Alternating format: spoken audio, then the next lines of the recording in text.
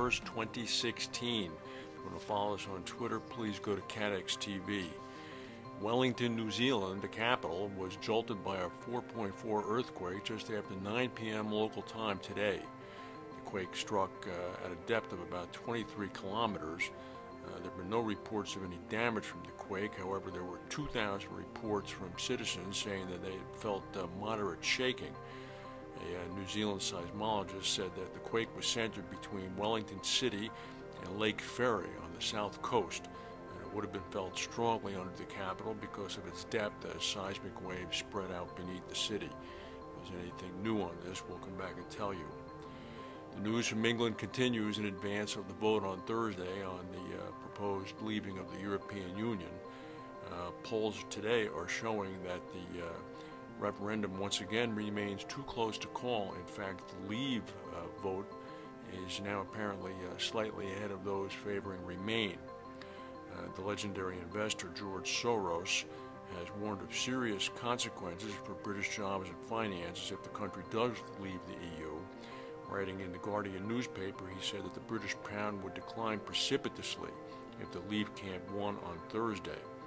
He said that leaving the EU would see sterling fall by at least 15% and possibly more than 20% to below $1.15 from its current level of around $1.46.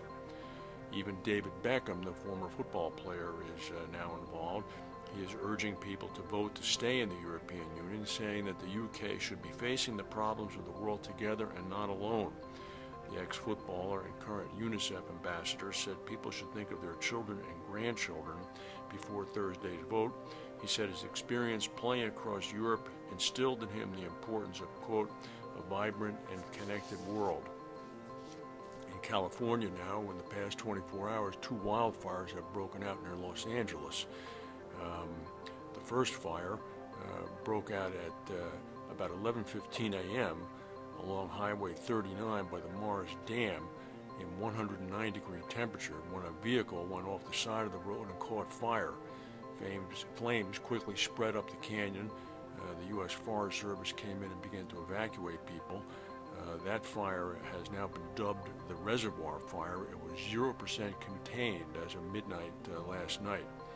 Another fire, which broke out about an hour later, which is now called the Fish Fire, broke out 4 miles away. It began above homes in neighboring Duarte, again near Los Angeles. It's now at 3,000 acres in size and is also 0% contained. Meanwhile, in New Mexico, the Doghead Fire in the northern Manzano Mountains, estimated at just under 18,000 acres in size, is now about 46% contained. They made significant progress yesterday. The governor of New Mexico has announced that she's requested federal emergency management assistance in order to help the communities that have been struck by the fire. Meanwhile, in the southwestern U.S. and Arizona, the heat continues. A record-breaking heat of above 120 degrees has been reported in a number of communities. Boeing Aircraft said today that it has signed an agreement with Iran Air expressing the airline's intent to buy its planes. This would be the Islamic Republic's first major deal with an American company following its landmark nuclear accord with the West last year. It's unclear how much the agreement with the Iranian airlines would be worth, although an Iranian official had suggested that the total Boeing sale to the Islamic Republic could be at about $25 billion. Boeing said that it had signed the Iran Air agreement under authorization from American government officials following a determination that Iran had met its obligations under the nuclear accord. Iran Air said earlier this week it wants to buy new generations of the Boeing 737, as well as the 300ER and 900 version of the Boeing 777. The Iranian transportation minister said a possible deal could be worth as much as $25 billion, on par with the country's earlier deal with its European rival Airbus. The first Boeing plane would arrive in October. It's amazing how much money you can spend when you have oil revenue finally.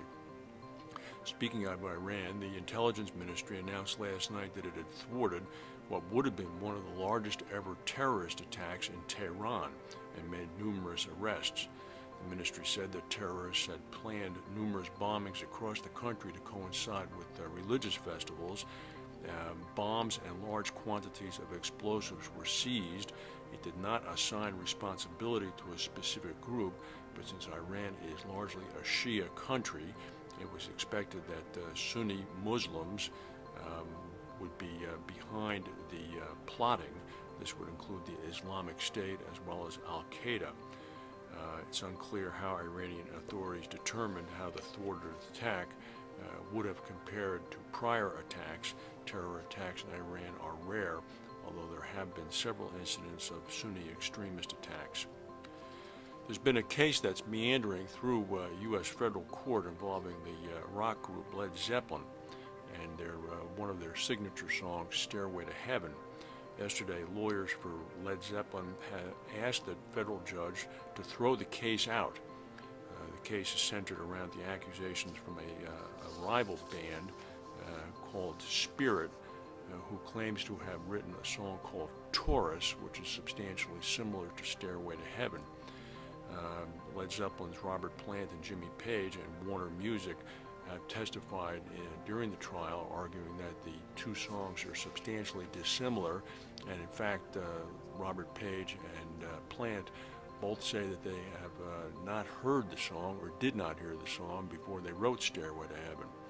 Yesterday in the courtroom, the Spirit song was played as well as the Led Zeppelin version, and a musicologist, Dr. Alexander Stewart, told the court that the chord progression in the Spirit song and Stairway to Heaven both skipped the E before resolving on an A note in an unusual way.